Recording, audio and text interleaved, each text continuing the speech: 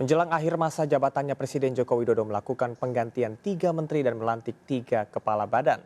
Tak cuma mengganti jajaran pembantunya, Jokowi juga membentuk lembaga baru, Badan Gizi dan Kepala Komunikasi Presiden. Akan menjunjung tinggi etika jabatan, bekerja dengan sebaik-baiknya. Bertempat di Istana Merdeka, Jakarta, Presiden Joko Widodo melakukan reshuffle sejumlah menterinya. Yang pertama ada Menteri Supratman Andi Atga, kader Gerindra yang dilantik menjadi Menteri Hukum dan HAM menggantikan Yasona Lauli dari PDI Perjuangan. Kedua, Bahlil Lahadalia menggantikan Arifin Tasrin yang juga kader PDI Perjuangan sebagai Menteri ESDM.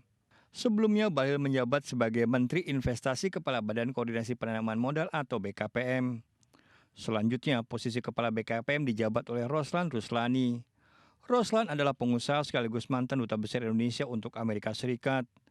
Roslan juga menjadi ketua tim kampanye Prabowo Gibran pada pemilu lalu. Usai dilantik sebagai Menteri ESDM, Bahlil akan tetap berkoordinasi dengan penggantinya di BKPM Roslan Ruslani.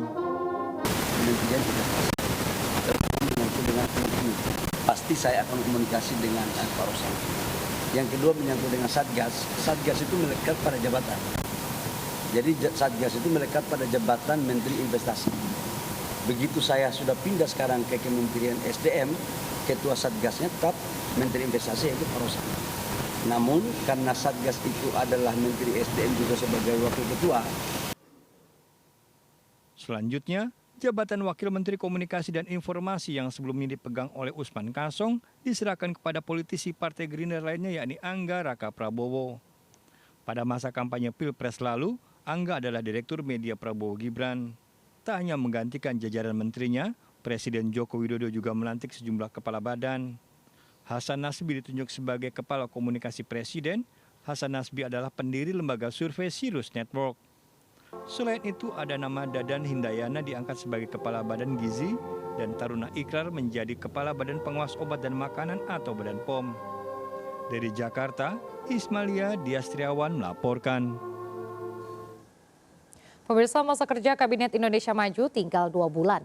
Namun Presiden Joko Widodo kembali melakukan reshuffle kabinet. Sejumlah menteri diganti dan bertukar posisi.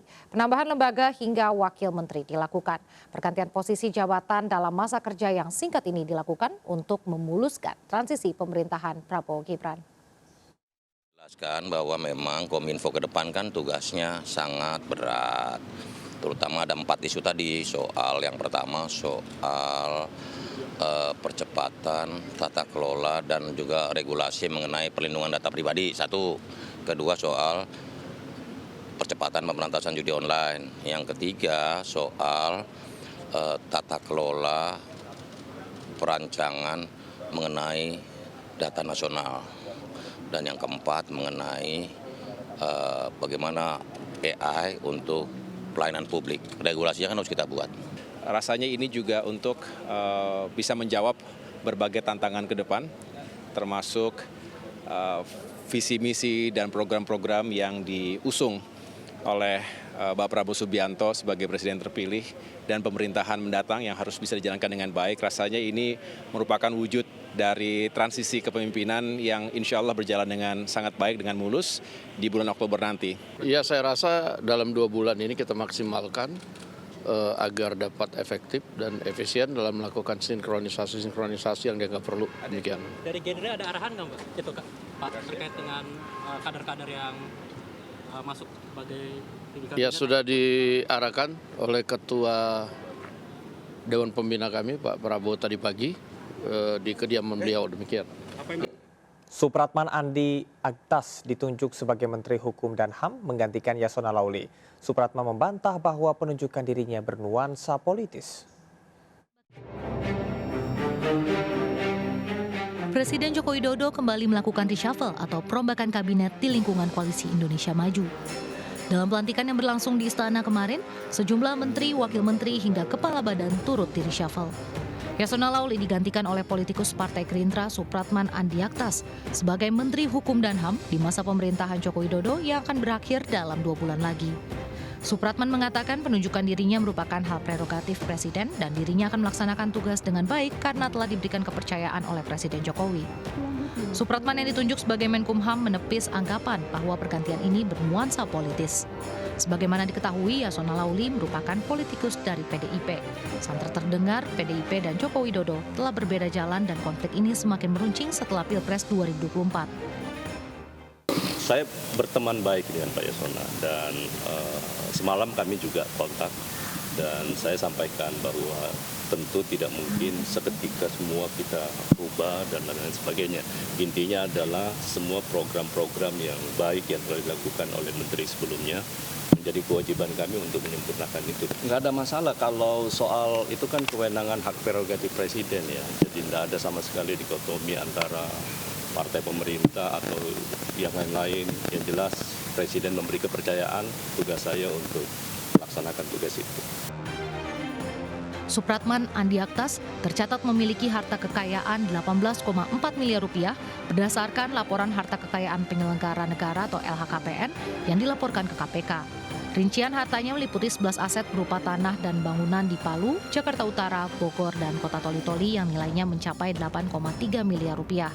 Kemudian Andi juga tercatat memiliki kendaraan yaitu Toyota Alphard dan juga Toyota Innova Venturer yang nilainya mencapai 532 juta rupiah. Harta Andi lainnya berupa surat berharga 5,8 miliar rupiah, kas dan setara kas 5,5 miliar rupiah, sedangkan hutang yang ia miliki tercatat sebesar 1,8 miliar rupiah. Sementara itu, mantan Menkumham Yasona Lauli di akhir masa jabatannya mengucapkan terima kasih kepada Presiden Republik Indonesia Joko Widodo dan juga Ketua Umum Partai PDI Perjuangan Megawati Soekarno Putri. Beliau menugaskan saya untuk kepada Pak Menteri kepada Bapak Presiden merekomendasikan saya ulangi, merekomendasikan saya menjadi Menteri Hukum dan HAM sejak tahun 2014 dan Pak Presiden menerima. Untuk itu saya mengucapkan terima kasih kepercayaan yang diberikan oleh Ibu Megawati Soekarno Putri kepada saya dan tentunya juga kepada Presiden Joko Widodo yang telah memberikan kepercayaan kepada saya selama 10 tahun, hampir kurang 2 bulan. Yasona juga menyampaikan bahwa keyakinan dan kepercayaannya terhadap Supratman yang menjadi penggantinya dapat menjalankan tugas sebagai pemimpin yang baik. Dari Jakarta, Tim Liputan iNews melaporkan.